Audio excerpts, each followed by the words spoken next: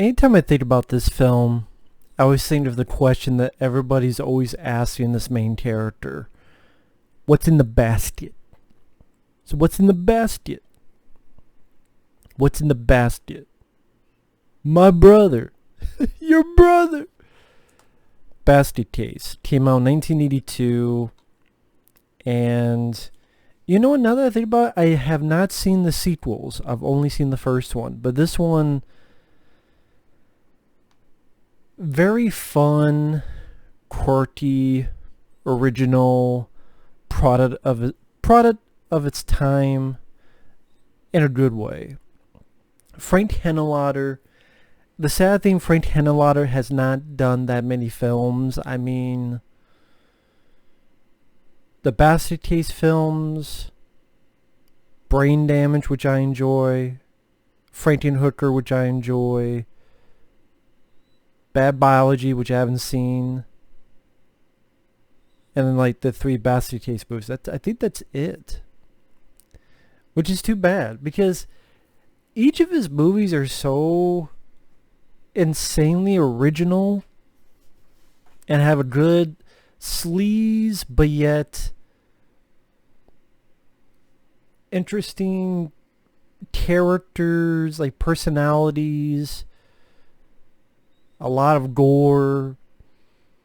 And you know, you watch him in interviews, he seems like a really cool guy, Frank Henenlotter. I mean, done on a very low budget, but yet I think they're pretty damn decent looking movies. And a film like this really utilizes the city of New York, especially what it looked like at the time. The whole dirty, grungy, I don't know if grungy is the right word, but that feel of 42nd Street, you know, that feel of what it would have been like back in the day, that whole atmosphere that you would see in multitudes of films at the time. And this is definitely one of those movies that captured that. And like, it's such a crazy premise. This guy here, Duane, played by Tim Van Hentenryck, he comes into town with a basket. You're not supposed to know what's in it, but this cover gave it away. And you find out that it's his brother, and what happened was they were conjoined twins, and Belial, this thing's name, was on the side of Duane's body, and the doctors separated them and left Belial for dead, and Belial didn't like that, and Duane wants to look out for his brother. So, carrying his brother in the basket, they go to each doctor that separated them and left Belial to die, and Belial gets his revenge. On that, they're staying at this apartment, and you're interacting with the hotel manager, who I liked that actor who played him. Another lady I liked, I believe her name in real life, the character's name is Casey, but in real life her name is Beverly Bonner. She actually makes an appearance in, I think, every Frank Henenlotter movie. And I liked her. A lot of the actors, like those guys, they felt natural. Like they seem like people you would actually find in this area, in this atmosphere, this situation. I also like the guy who plays the cop. He's not in the film too much, sadly, but you know, the one scene where he comes in is like, thought I heard, your neighbors thought they heard something in here, like someone on a rampage. I don't know, just the way he said rampage. I mean, it's not just rampage. He's just like someone on a rampage. Like, he's super cool, super fly cop. He's directed to be like the super cool cop. I want to see a whole movie with this character hunting, have him hunt a monster or something, play it this cool, say lines like that. Looking for another person on a rampage. I don't know why it just stuck in my head in a good way. You know, it's also a fairly gory movie. I mean, this right here kind of shows how bloody the film gets. You know, this is what happens to one of the doctors. Belial, I mean, with the cheap, low budget they had, I like the look of Belial. It's definitely disfigured and lumpy and crazy looking. There's even a little bit of stop motion animation, which I'm a sucker for stop motion. And it goes by at a fast pace. It's not that long of a film. I thought the lead guy did a good job acting wise. You know, he's not an established actor, but for the role he was given, I thought he played it fairly well. There's a little bit of story where he meets this girl and they fall in love. Granted, I think this character, the girl, has schizophrenia or split personality, because in one, like, the first conversation, she's like, "Hey, have you seen these places like the Empire State Building and Statue of Liberty?" "Oh no." And then on a turn, she's just, "Well, what about Radio City Hall and blah blah blah blah blah? Have you seen those?" It's like, what the fuck? Like, what's your fucking problem, lady? It's got so miffed I'm kicking my thing. So what? He hasn't seen the damn thing. What is your problem? What up your scooter? Scooter? I mean, what went up your pie hole? Did your time in the muff happen just that one moment in time?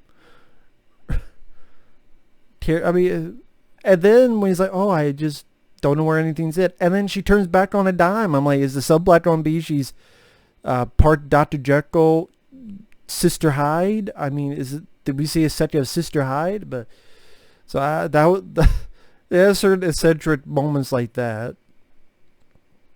You know, moments like there's a scene where a person steals the basket and he gets a little bit of surprise when he opens it. The scene when Belial's getting mad that his brother's getting some nookie, so Belial, trashes the whole room, and that's where you get some fun stop motion in there as well. The ending is a bit weird because I know there are sequels, and I guess spoilers starting now. Spoilers.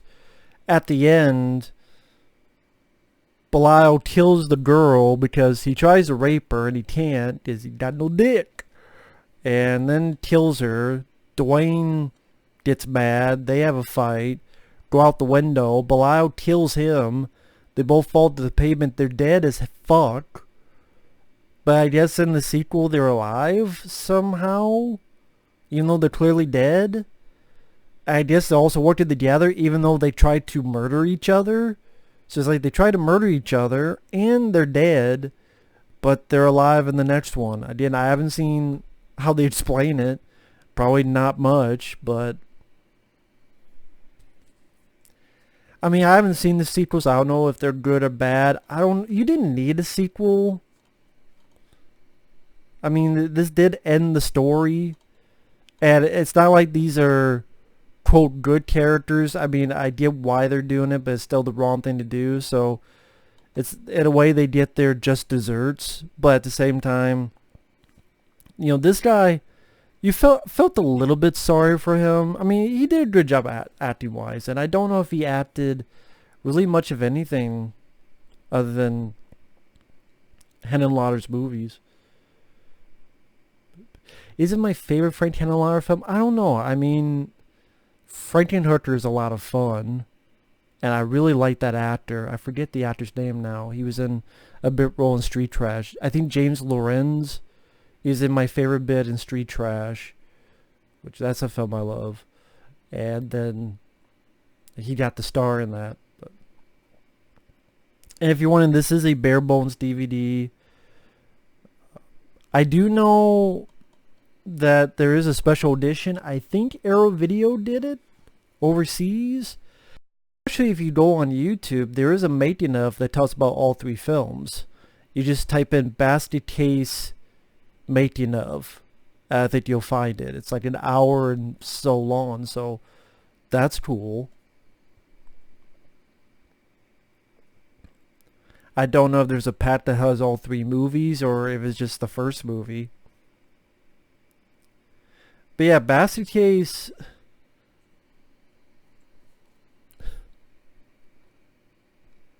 I think there was an episode of The Simpsons that might reference this, where